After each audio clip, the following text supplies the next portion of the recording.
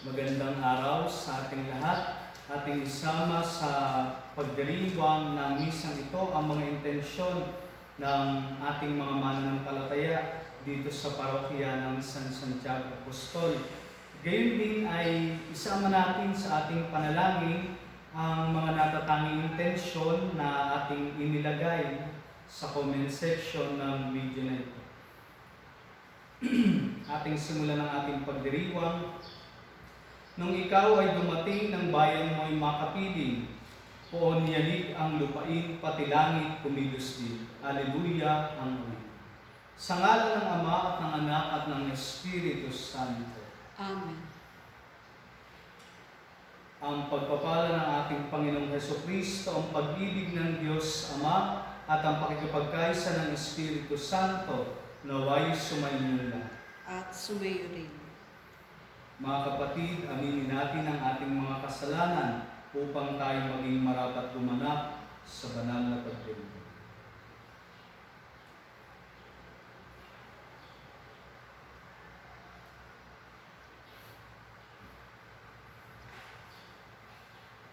Sinubong tagapagpagaling sa mga nagsisisi, Panginoon, kaawaan mo kami. Panginoon, kawan kami. Dumating na tagapag-anyayang mga makasalanay magsisi, Kristo, kaawaan mo kami. Kristo, kawan kami. Nakaluklok ka sa kanan ng Diyos Ama para ipamagitan kami, Panginoon, kaawaan mo kami. Panginoon, kawan kami. Kaawaan tayo ng makapangyarihang Diyos, patawarin tayo sa ating mga kasalanan, at patnubayan tayo sa buhay na walang hanggan. Amen. Manalangin tayo.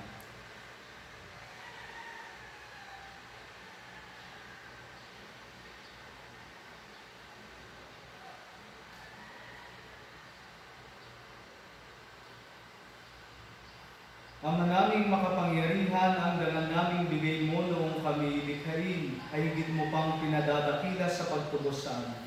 Tunghayan mo ang pagdiriwang ng muling pagsilang upang ang mga binyagan, binigyan mo ng bagong buhay noong sila ay binyagan, ay manatiling iyong pinagpapala at binabasbasan sa pamagitan ni Jesucristo kasama ng Espiritu Santo, magpas sa walang hanggan. Amen.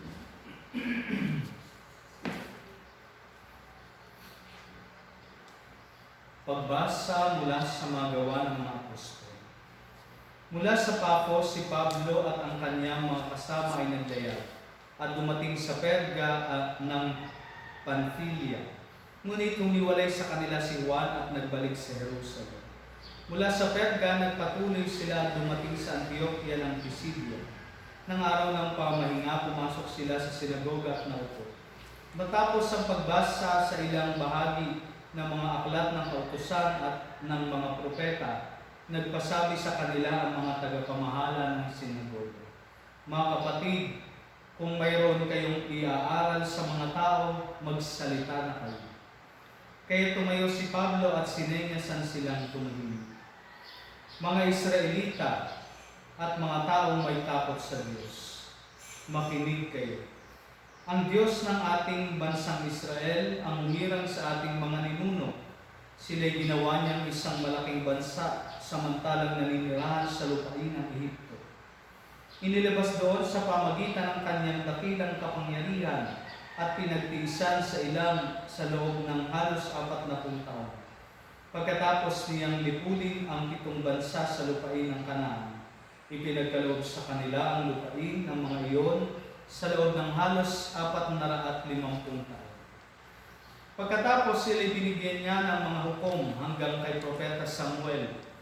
Nang humingi sila ng hari, ibinigay sa kanila ng Diyos ang isang lalaki mula sa lipi ni Benjamin, si Saulo na anak ni Cis.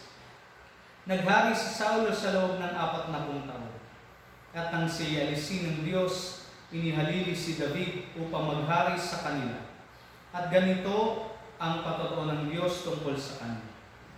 Natagpuan ko kay David na anak ni Hese, ang lalaking nakalulugod sa akin. Isang lalaking handang tumupad sa lahat ng iniuutos ko. Mula sa angkan ng lalaking ito, ipinagkaloob ng Diyos sa Israel si Jesus, ang kanyang ipinangakong tagapagligtas. Bago siya dumating, ipinangaral ni Juan sa buong Israel na dapat nila pagsisihan at talikdan ang kanilang mga kasalanan at pamilya. Nang matapos na ni Juan ang kanyang gawain, sinabi niya sa mga tao, "Sino ba ako sa akala ninyo? Hindi ako ang Kristo, ngunit siya'y darating na kasunod ko, at hindi ako karapat-dapat kahit taga-alis ng panyapa." Ang salita ng Diyos. Salamat sa Diyos. Pag-ibig mong walang maliw ang lagi kong sasambitin. Pag-ibig mo walang maliw ay lagi kong sasambitin. Pag-ibig mo, Poon, na di magmamaliw ang sa tuwi-tuwi na'y aking naawitin. Ang katapatan mo'y laging sasambitin. Iyong pag-ibig mo'y walang katapusan, sintatag ng langit ang iyong katapatan. Pag-ibig mo walang maliw ay lagi kong sasambitin. Ang piniling lingkod na ito'y si David, aking pinahira ng banal na langis. Kaya't palagi ko siyang aakbayan at siya'y lalakas sa aking patnubay. Pag-ibig mo walang maliw ay lagi kong sasambitin. Ang pagtatapat ko't pag-ibig na wagas ay iuukol ko't aking igagawa. At magtatagumpay siya oras-oras. Ako'y tatawaging Ama niya't Diyos, tagapagsanggalang niya manunubos. Pag-ibig mo walang maliw ay lagi kong sasambitin. Alleluia, Alleluia. Si Jesucristo ay tapat, saksi at buhay ng lahat. Tayo'y kanyang iniligtas. Alleluia, Alleluia. Sumainyo ang Panginoon. At sumayo rin. Ang mabuting balita ng Panginoon ayon kay San Juan. Papuri sa iyo, Panginoon.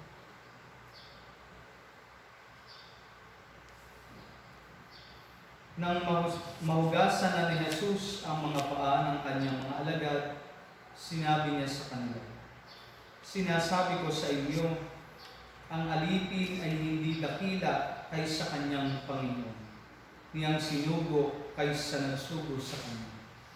Kung naunawaan ninyo ang mga bagay na ito at inyong gagawin, mapapalad kayo. Hindi para sa inyong lahat ang sinasabi ko. Nakikilala ko ang aking mga hinirang, ngunit dapat matupad ang nasasabi sa kasulatan. Ako'y pinagtataksilan ng taong pinakakain ko. Sinasabi ko ito sa inyo bago pa mangyari, upang kung ito'y mangyari na, ay manalig kayo na ako'y si Ako. Tandaan ninyo, ang tumatanggap sa sinugo ko'y tumatanggap sa akin, at ang tumatanggap sa akin ay tumatanggap sa nagsugo sa akin." Ang mabuting balita ng Panginoon. Pinupuri ka namin, Panginoong Jesucristo.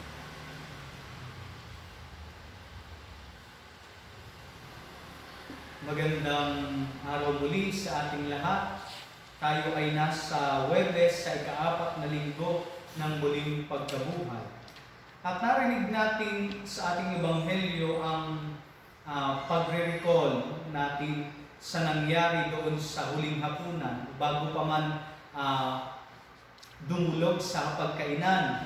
Si Jesus at ang kanyang mga alagad ay nandito, ipinakita muli sa atin, ipinadama muli sa atin kung papaanong binigyan ni Jesus ng halimbawa ang kanyang mga alagad.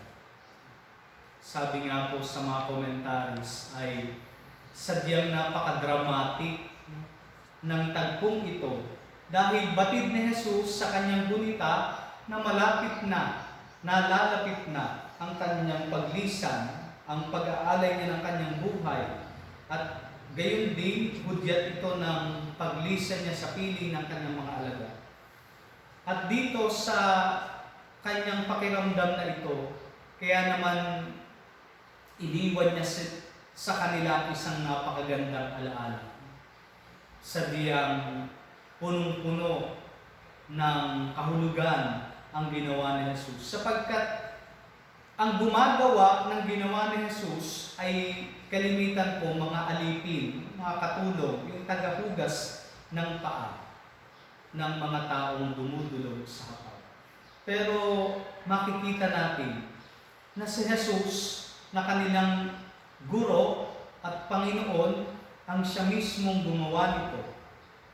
And after nagawin ito ni Jesus ay nandoon ang kanyang panawagan sa kanyang mga alagad. Walang nakahihigit sa kanyang guro. Walang nakahihigit sa kanyang Panginoon. Kaya naman panawagan kung papaanong ginawa ni Jesus na paglingkuran ang kanyang mga alagad, ito rin ang iniiwan niyang paanyaya, pabaon para sa kanila, na sila rin ay tularan, ay tumulad kay Jesus bilang isang lingkod. Sabi nga, ay isang servant leader na tinatawag. Na isang leader na ang unang-unang nasa isip ay hindi upang paglingkuran, kundi ang maglingkod. At makikita natin kung papaanong sumasalamin ito sa pag-aalay ni Jesus ng kanyang sarili para sa lahat. Para sa lahat ng mananampalataya. Kaya nga ito yung panawagan sa atin na tayo rin ay magkaroon ng katangian ng pagiging isang lingkod. Lingkod sa bawat kapwa nating mananampalataya. Nawa, ngayong panahon ng pandemya, ito yung nagiging matingkad sa atin bilang mga Katolikong Kristiyano, yung pagiging lingkod. Sana ay nandoon yung ating kagustuhan na tumulong sa abot ng ating makakaya para sa ating kapwa mananampalataya. Naalala ko nga yung isang kwento. Mayroon daw isang hari. At sabi ng hari na ito, ang kanyang ugali ay ayaw niya na siya ay mahihigitan. Ayaw niya na siya ay malalampasan. Kaya naman isang beses na mayroong isang leader na nagawi sa kanyang kaharian at nagbigay puri sa kanya.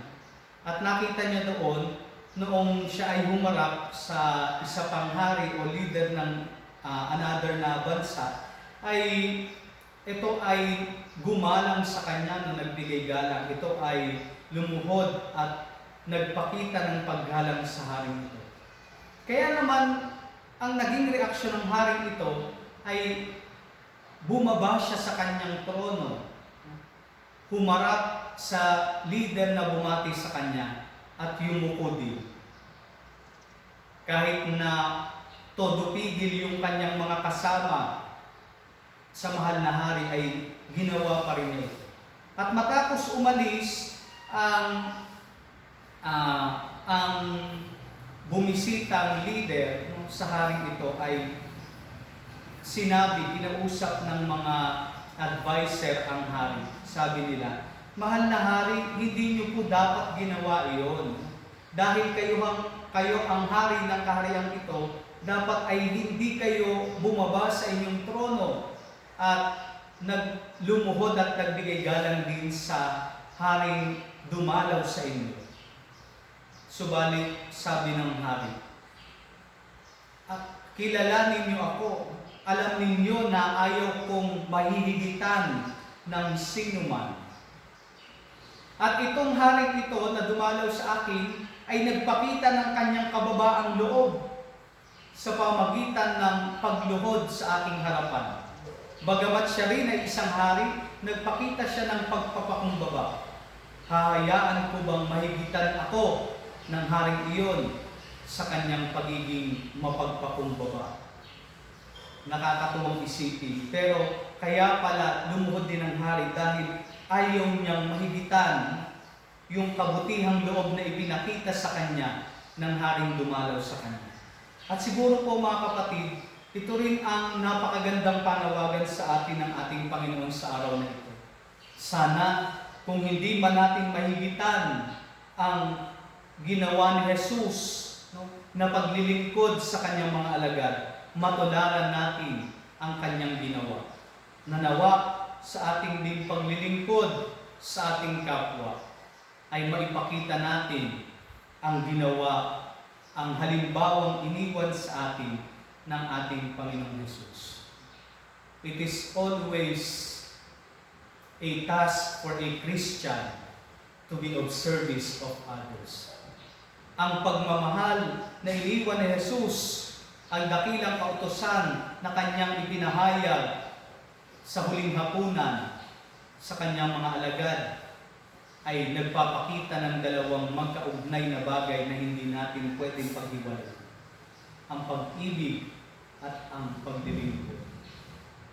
Hindi natin maipapakita ang ating pag-ibig sa ating kapwa kung hindi tayo marunong maglingkod. Ito ang nais ituro sa atin ng ating Panginoong Jesus. Pagpalain. Dadako tayo ngayon sa pagkain.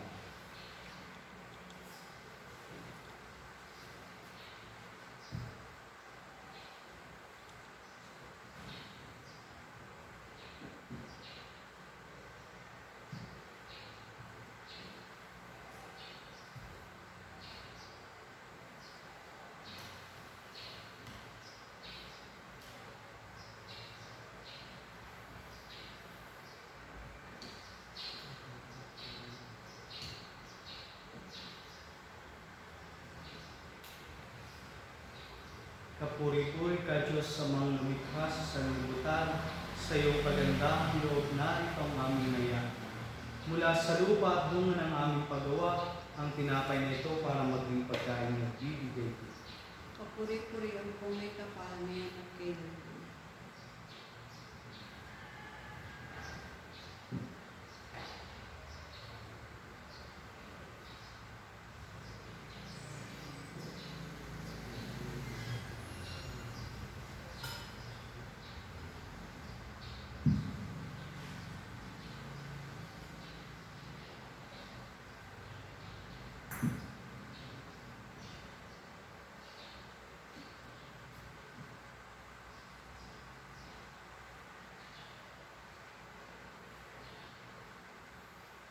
Kapuri-puri ka Diyos sa mga lumikha sa sanlibutan, sa iyong kagandahang loob na ito ang aming naiaalay. Mula sa katas ng ubas at bunga ng aming paggawa, ang alak na ito para maging inyong nagbibigay ng iyong Espiritu. Kapuri-puri ang kung may kapal niya at kailangan.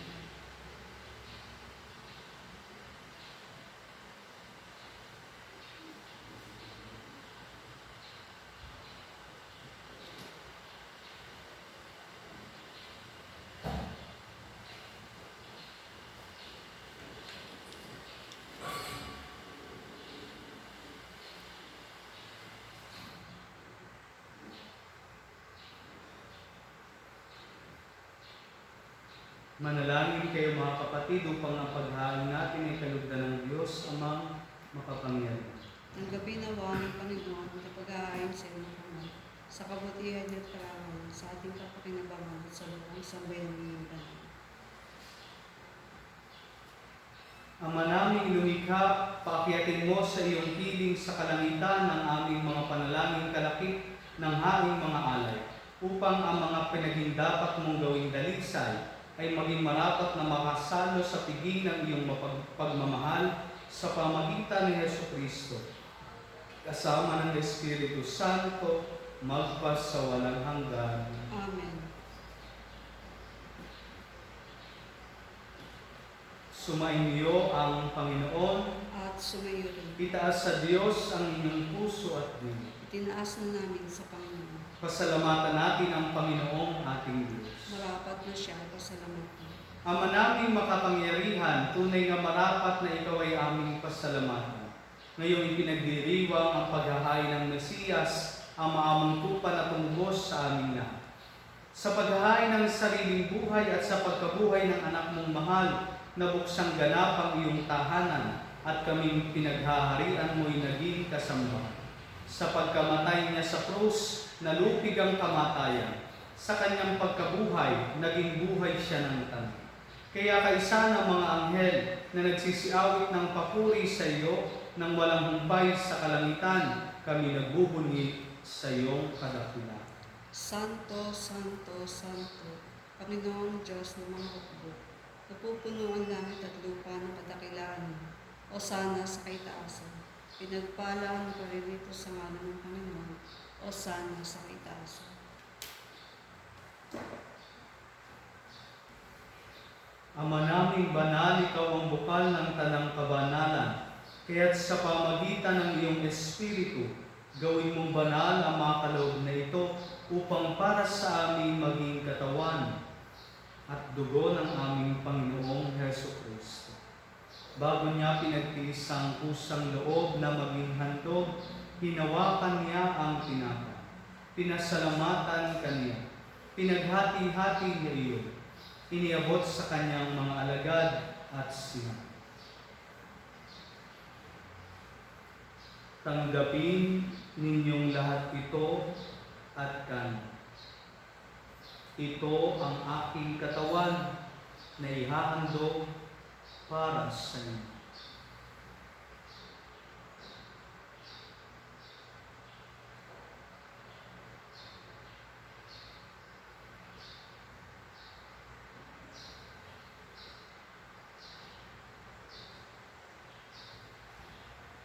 Gayon din naman nung matapos ang hapunan, hinawakan niya ang kalis. Muli kanyang pinasalamatan.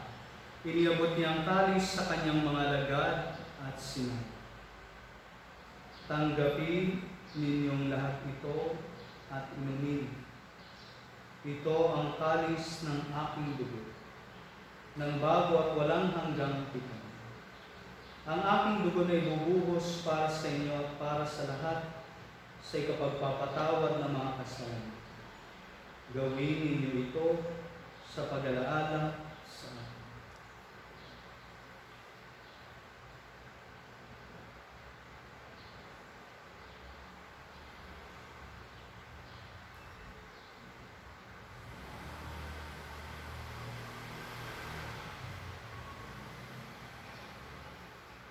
Ipagbunyi natin ang misteryo ng pananampalataya. Si Kristo'y namatay, si Kristo'y nabuhay, si Kristo'y babalik sa wakas ng panahon.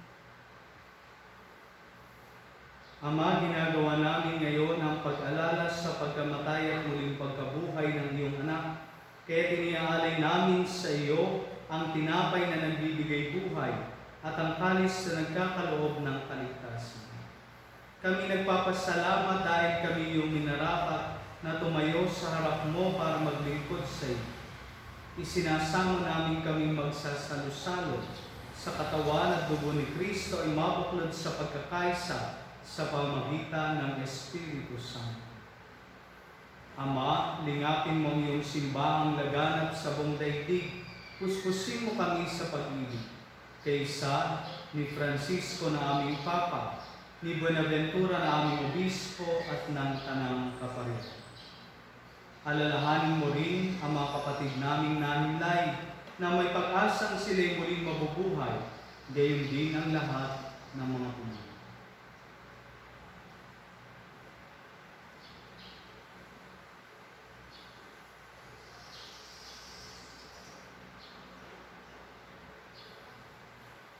Kaawaan mo sila at patuloyin sa iyong kaliwanagan. Kaawaan mo at paging dapatin kaming lahat na makasalo sa iyong buhay na walang wakas. Kaysa ng mahal na Birhen Maria, ang ina ng Diyos. Kaysa ni San Jose, ang kanyang kalinis-linisang esposo. Kaysa ng mga apostol, ni San Santiago na ating patron at ng lahat ng mga banal, na namuhay dito sa daigdig ng kalugod-lugod sa iyo. May pagdiwang nawa namin ang pagpupuri sa ikararangan mo sa pamagitan ng iyong anak na aming Panginoong Hesukristo.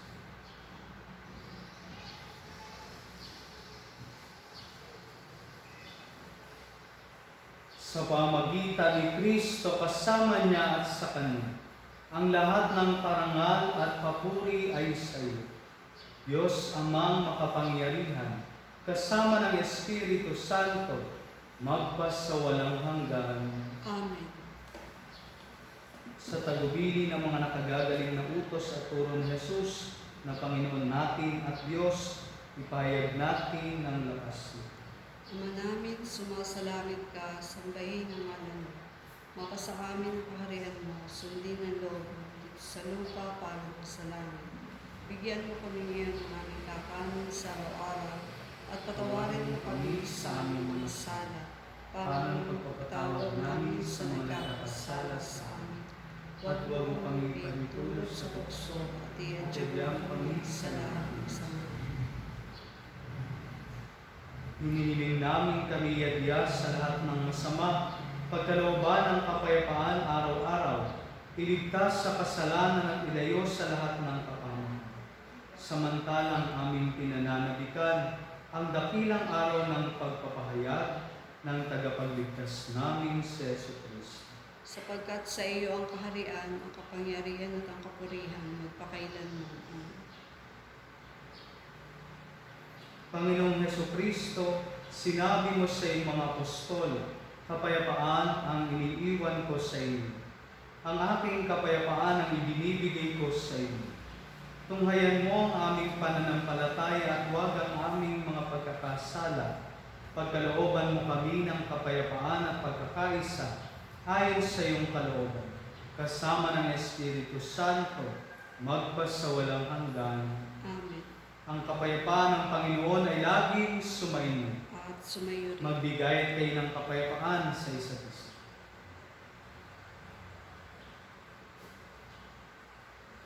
Kordero ng Diyos na nag-aalis ng mga kasalanan sa libutan, maawa ka sa amin. Kordero ng Diyos na nag-aalis ng mga kasalanan sa libutan, maawa ka sa amin. Kordero ng Diyos na nag-aalis ng mga kasalanan sa libutan, ipagkaloob mo sa amin ang kapayapaan.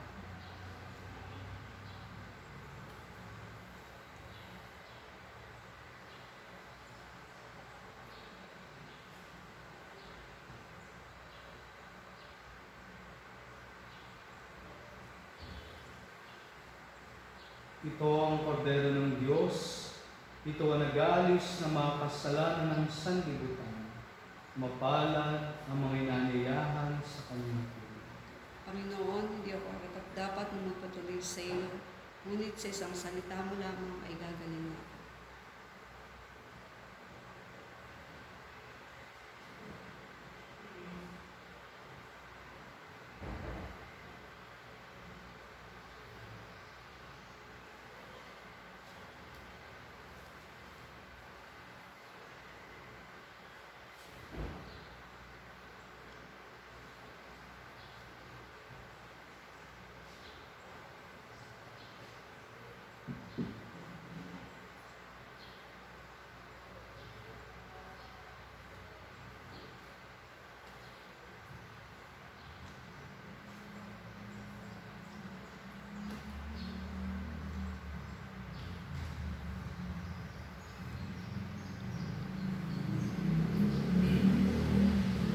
Palaging kasama ako, palaging kapiling ninyo, hanggang sa wakas ng mundo, ang sabi ni Jesucristo.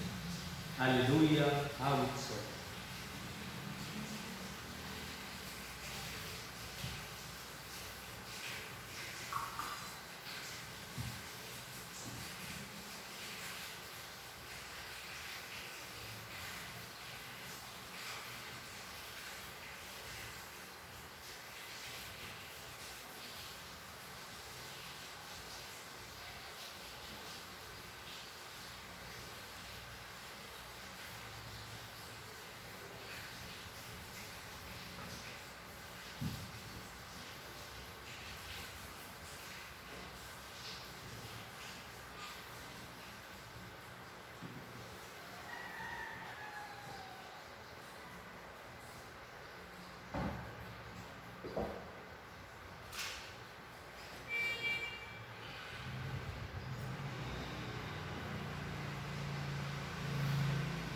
Manalangin tayo.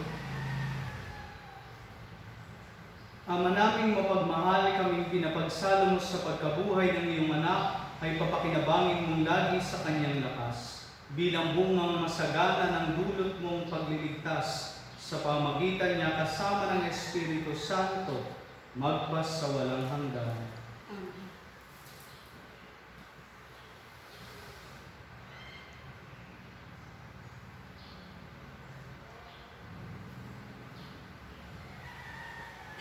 Inaanyayahan po tayong lumuhod sa ating mga sariling mga tahanan habang tayo sabay-sabay nananalangin para sa patnubay at patuloy na paggabay ng ating Panginoon, si San Santiago Apostol.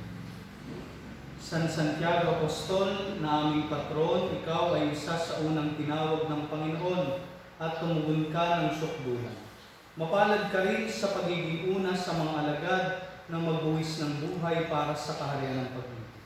Marugdog kang tagapagtanggol ng simbahan upang panindigan ang banal na krus at dalhin ang mga mananampalatayang nawawala ng pag-asa tungo sa tagumpay. Lakas ka ng Kristiyano at tiyak na takbuhan ng mga tumatawag sa iyo ng may tiwala. Ingapin mo kami ngayon laban sa mga panganib sa aming paligid at laban sa anumang pag-ibig. Manalangin tayo.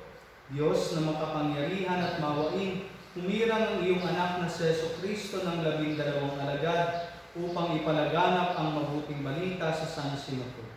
Pumili ang Mesiyas ng 3 bukod tangi sa kanyang mga alagad, kung saan kabilang si San Santiago Apostol. Nawa sa kanyang pamamagitan mapagindapat mong aming kamtin ang kalusugan ng katawan at kabanalan tungo sa kalwalhatian ng langit. Ikaw na nabubuhay at naghahari magpas sa walang hanggan. O Maria, ikaw na walang bahid ng kasalanan. Panalangin mo kami nakikiusap sa iyo. O Maria, ikaw na walang bahid ng kasalanan. Panalangin mo kami nakikiusap sa iyo. O Maria, ikaw na walang bahid ng kasalanan. Panalangin mo kami nakikiusap sa iyo. Amang masintahing pinagpala mo si San Santiago Apostol, hinirang siya ng iyong buktong na anak na maging saksi ng kanyang kalwalhatian sa bundok ng Tabor at sa kanyang hapis sa halamanan ng Getsemani. Ang aming patron ay sagisag ng pakikibaka at tagumpay na namamagitan para sa amin upang kami magkamit ng lakas at kasiyahan sa aming patuloy na pakikibaka sa buhay nito. Mapagtagumpayan nawa namin ang hidwaan at naway maging marapat kaming tumanggap ng gantimpalang laan sa mga tapat na lingkod mo. Hinihiling namin ito sa ngalan ng Jesucristo, kasama ng Espiritu Santo, ngayon at magpas sa walang hanggan. Amen. Oratio Imperata. Diyos, Ama namin, lumalapit kami sa iyo para sa aming kahilingan, na kami ay iyong proteksyonan laban sa COVID-19, na kumitim na ng maraming buhay at nakaapekto na sa sangkatauhan. Nananalangin kami para sa iyong biyaya, para sa mga taong inatasan na pag-aralan ng kalikasan at ang sanhi ng virus nito. Gayon din upang mapahinto ang patuloy nitong paglagan. Gabayan mo po ang mga inatasang mga laga sa kalusugan, na kanila nawang magampanan ang kanilang tungkulin ng buong husay at may malasakit. Gabayan mo po ang mga kawani ng pamahalaan at mga nasa pribadong institusyon sa kanilang paghahanap ng lunas upang masugpo ang pandemya ito. Ipinapanalangin namin ang lahat ng mga naapektuhan, naway hilugin mo po ang kanilang karamdaman. Ipagkaloob mo po nawa sa amin ang iyong biyaya upang kami ay patuloy na makagawa ng kabutihan para sa lahat at makatulong sa lahat ng mga nangangailangan. Ipinapanalangin po namin ito sa pamagitan ng aming Panginoong Jesucristo, iyong anak, na nabubuhay at naghahari kasama ng Espiritu Santo, magpas sa walang hanggan. Amen. Maria, aming inaatulong ng mga Kristiyano. Panalangin mo kami. San Rafael Arcangel, Panalangin mo kami. San Roque, Panalangin mo kami. San Lorenzo Ruiz, Panalangin mo kami. San Pedro Calungsod. Panalangin mo kami. Sumainyo ang Panginoon At sumayo rin. at away pagpalain kayo ng ating dakila at makapangyarihang Diyos, Ama at Anak at Espiritu Santo. Amen. Ang misa ay naialay na, umayo kayo sa kapayapaan ng Kristo. Salamat sa Diyos.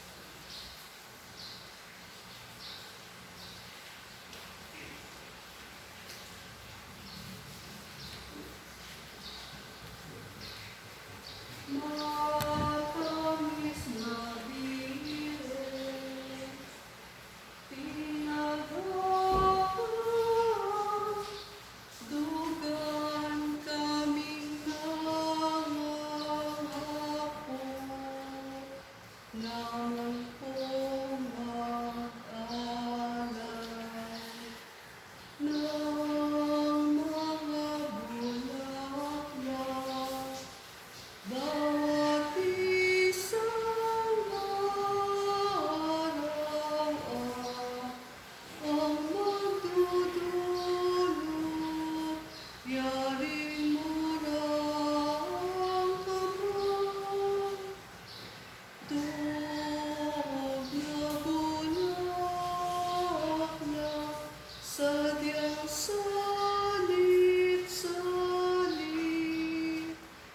Samahan mong harapan aming ialay. Lubos ang pag-asa, ngamit pananalig na tatanggapin mo'y handog na pag-ibig. Lubos ang pag-asa, ngamit